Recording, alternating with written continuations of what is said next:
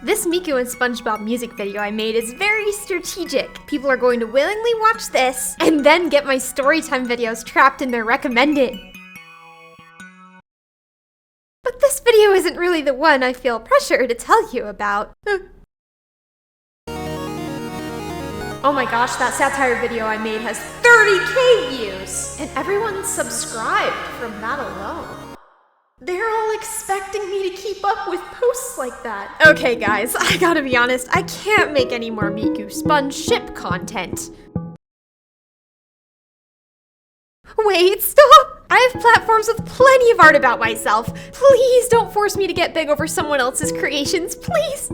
I currently have over 5K followers on both TikTok and Instagram. But even with that beginning, I can already feel a change in myself with how I address my account. Before any of this, there was what I still believe is an average pipeline of craving fame that I'm sure many relate to. Spending many hours on social media theorizing, in my case, drawing anything and just hoping fate will bring you to going viral. And then you cycle between, it wasn't for me anyways, or if I deserve it, it'll come eventually. But nowadays, you can't go back to that mentality of it'll come eventually because all of a sudden, it is there. Commenters you start to recognize, people sharing personal stories about their own lives. And then you start to realize the fabled clout wasn't just some figure in a book. These are real people, and their interests are in your hands every stinking day. And that's when I've realized a more realistic approach to what 5K followers feels like. I feel like I'm wearing someone else's ugly green bodysuit.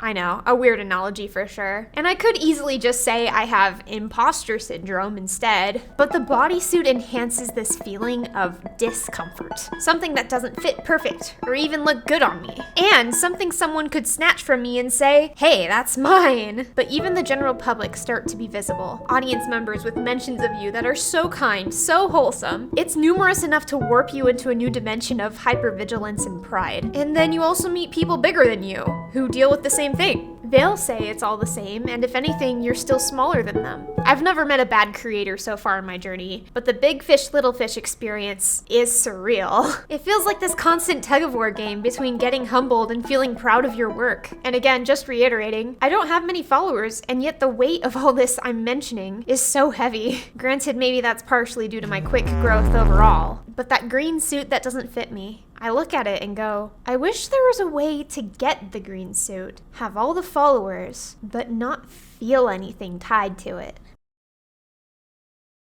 I'm basically saying I can see how fame in any size can change people. I can't imagine an internet celeb any bigger than me. Though, disclaimer, I have heard you get used to it. But I do want to explain what I enjoy doing, since clearly I made this video to express my internet growth through art. I'm sure many can relate to the pictures in your head deserving to be shared. And for me, I used art to cope over hard times, which meant after enough hard times had passed, why was I hiding the hard work I did away? Like many people, I'm literally just reserved too. Getting any kind of soapbox gives me an excuse to be expressive, and sometimes it's just nice to edit my words instead of saying them immediately. Let's plan that during recess. Did you mean lunch? Recess already happened today. I think it's normal to mix up words from time to time. But I think I also scramble words a little more than others.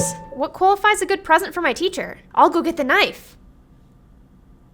I mean, did we want to consider cutting up some fruit for them? Shoot, I didn't ask that first. Even though I can be quiet, I've learned to channel that quiet energy into making anyone who's quiet in a room feel welcome. So I guess that's how I feel about you guys on YouTube. A bunch of people who are willing to hear me speak. So thank you.